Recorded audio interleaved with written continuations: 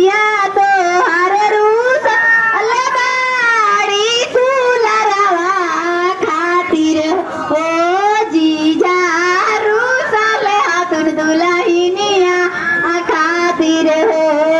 जीजा रूसल हाथुन सिकरिया खातिर हो मामा तो हर रूस लबाड़े फिर जावा खातिर हो ओ मामी रूसल हाथुन दुलहिनी फूफा तो हर रूस लबाड़े खातिर हो ओ फुआ रूसल हाथुन दुलहिनी खातिर हो फुआ रूसल बड़ी दुलहिनिया खातिर ओ हर रूस लहाथुन नमवा खातिर हो ओ भाभी रूसल हाथुन गोतिनिया खातिर हो ओ भाभी रूसल हाथुन गोतिनिया भैया तो हरो रूस लबाड़े नमवा खातिर हो ओ भाभी रूसल हाथुन दुलहिनिया खातिर हो ओ भाभी रूसल हाथुन दुलहिनिया खातिर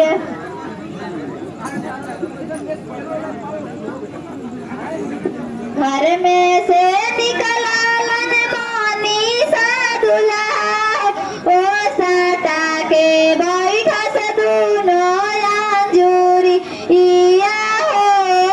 साटा के बैठा से दोनों बगल में बैठालन जाके भेड़ुआ हो चढ़ा देलन जाली न मारी आहो चढ़ा देलन जाली बगल में बैठालन जीनानन पापा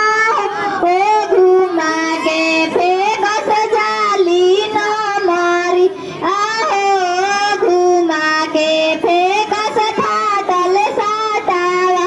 आया ऐसा ना सतावा भिखरा ढेर देखनी हो सम्हारा अपन नीतू आया ओ सम्हारा अपन बगल में बैठालन संजय मामा ओ घुमा के फेंकस फाटल साटावा आया हो घुमा के फेंकस फाटल सा बगल में बैठालन रोगा भैया हो घुमा के फेंकस फूटल बरत में ओ घुमा के फेंकस पुरान बरत बगल में बैठालन इंजीनियर भैया हो घुमा के फेंकस फूटल बरत में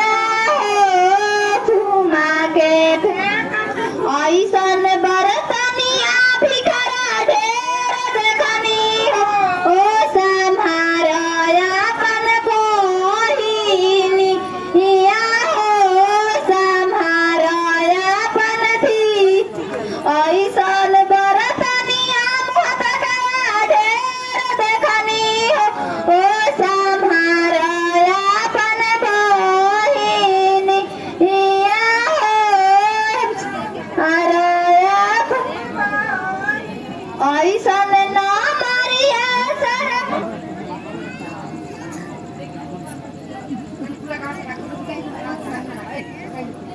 ऐसन ना मारिया सरवा ढेर देखनी हो ओ हमारा अपन दीदी आया हो सम्हारा अपन दीदी पीछे से वीडियो ना निमन बनाई तक। हाँ तो जो तू ढेर खींच ना